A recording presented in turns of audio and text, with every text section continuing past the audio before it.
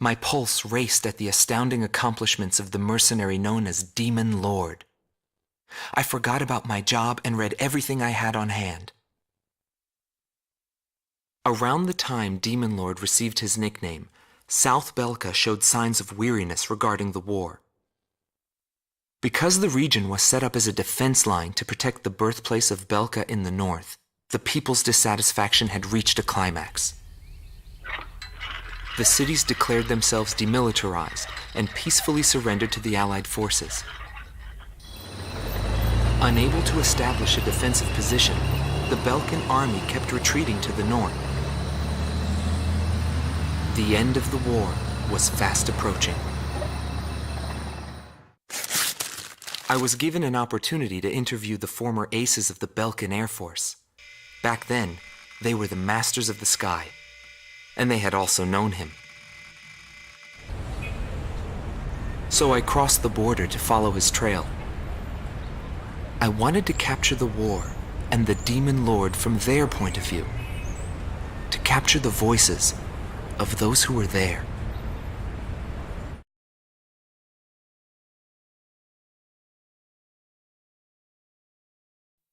Indigo Team Commander, former member of the Belkan Air Force, 7th Air Division, 51st Tactical Fighter Squadron, Dmitri Heinrich, an ace whose precision and grace in flying earned him the title of Blue Heron. Today he has his hands full with the family business. Well, that day, right before I deployed, my airspace assignment was changed. Initially, my squadron was assigned to the stable Eastern Front. That was changed to Area B7R, the round table where casualties were recorded at a fearsome pace. It's also the place where I met him. It was just two planes, him and an Eagle. And yet our lead force didn't stand a chance against them. I could tell he was good, and it was going to be bad for us. But there was something else I noticed. He hesitated. A vulnerability that can be exploited. I was certain I would win. The pilot was still young. He had yet to master the rules of combat. But in the end, I was shot down.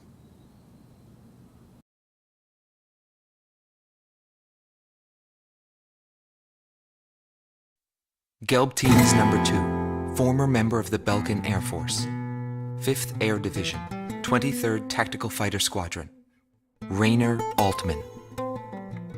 He flew the skies of Directus during the capital's liberation, and he's still there to this day.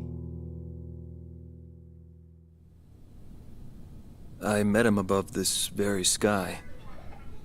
I can still hear the sound of the missile alerts from that day. I received an order to fly to Directus on my way back from an intercept mission on the southern defense line. The order itself wasn't unusual. We kept being deployed from one mission to the next without receiving even the basic maintenance. But the situation was the same all around. We were late reaching the operational space. The station squadrons had already retreated, and warning bells were going off in the city. And the people were looking up to his plane, high above the sky. I couldn't see any emotion in his maneuvers. I didn't feel like I was fighting against a human being. I wanted to end that battle as quickly as possible.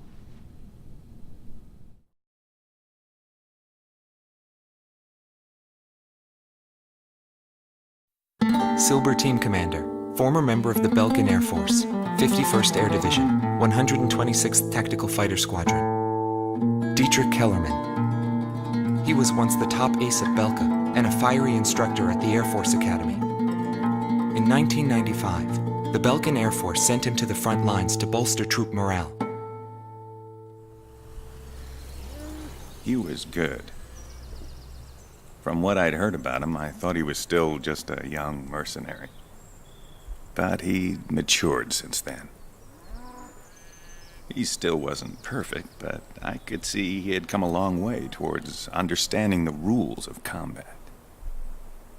What's important on the battlefield is to let go of hate, to survive, and to adhere to the rules you've set for yourself. These are the rules I've taught my students. And when I saw him, I could tell my time was done. A new generation had inherited the sky. There was no more need for an old soldier like me. Every time I flew with him, his skill stood out. He was unstoppable. He was cool-headed and proud, a combat professional. Demon Lord fit him perfectly. Maybe the man was blessed by the goddess of war.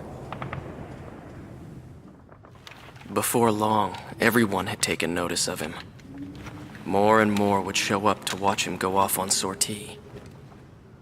Mercenaries or maintenance crew, it didn't matter. People wanted to burn his image to their memories. Hell, they weren't the only ones.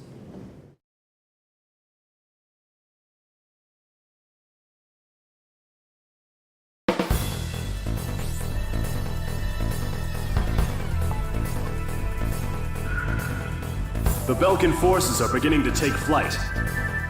The industrial city of Hoffnung is crucial to the enemy's industrial strategy and the heart of its war productions. The Allied forces have decided that all Belkan war production must be stopped to expedite the end of the war, and has requested our participation in this operation. The operation will primarily involve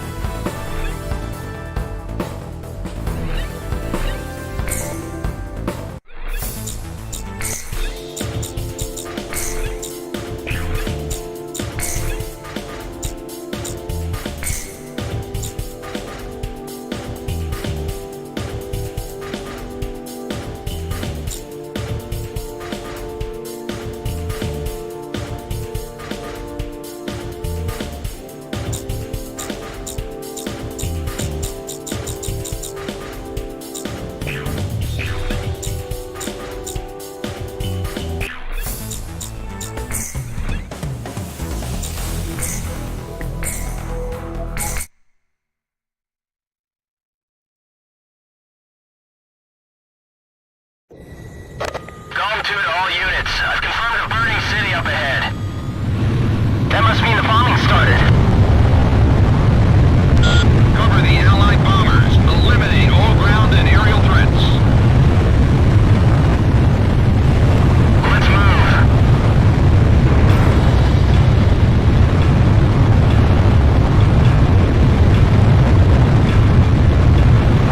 To all bombers, remove Belka's ability to counterattack.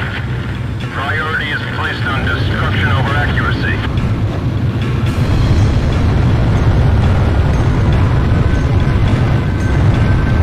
Initiate bombing sequence. Drop them all. Turn it to ashes. That's not enough. Drop more bombs.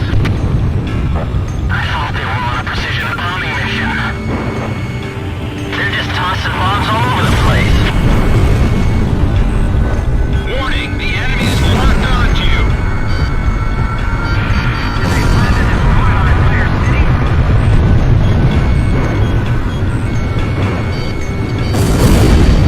SAM destroyed. No! Our city is going up in flames! Radar locked.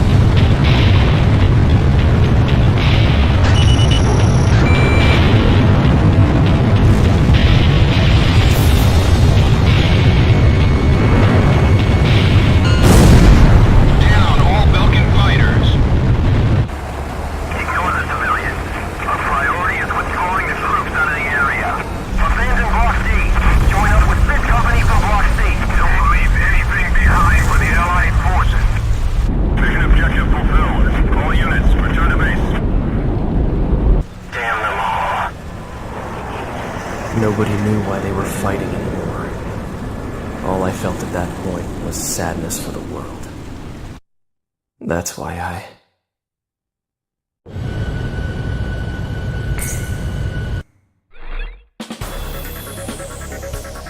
Pursued by Allied forces.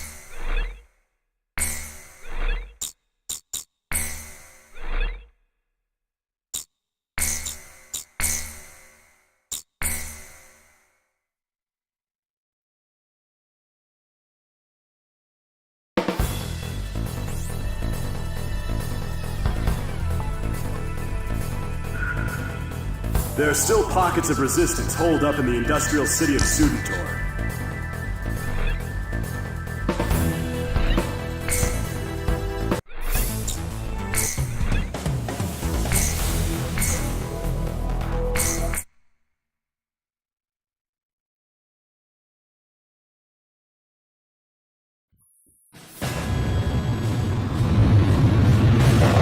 DJ, don't even think about talking to your girl over the radio. I wouldn't do that during a job.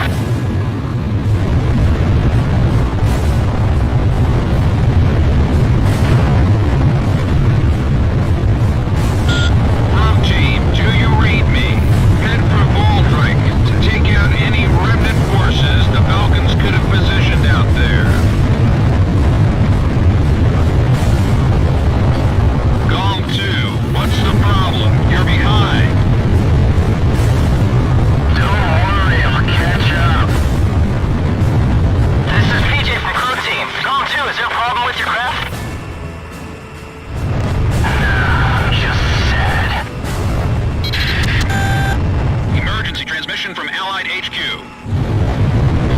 A Belkan bomber squadron equipped with nuclear weapons has taken off road to you. What? Enemy bombers are approaching this airspace. Comm team, crew team, head to intercept. All 1, roger. Crew 2, moving to engage enemy. I'll stop them. This war would end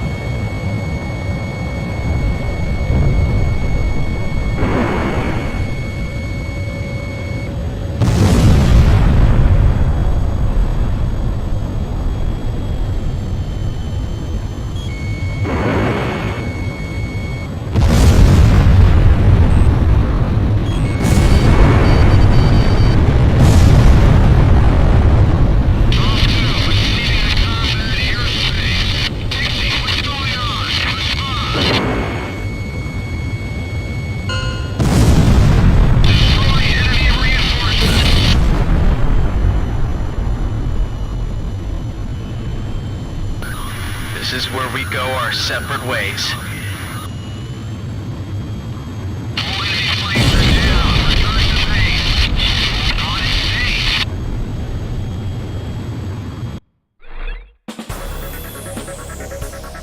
We were unable to confirm if the enemy squadron you engaged was equipped with nuclear weapons. We don't know all the details yet, but multiple nuclear detonations have been verified within the Belkan border. It is also unclear whether or not Galm 2, who disappeared during the mission, is still alive. We will continue our search efforts, but at this point there's not much hope. Our communications network is still down due to the nuclear explosions. Remain on standby until conditions improve.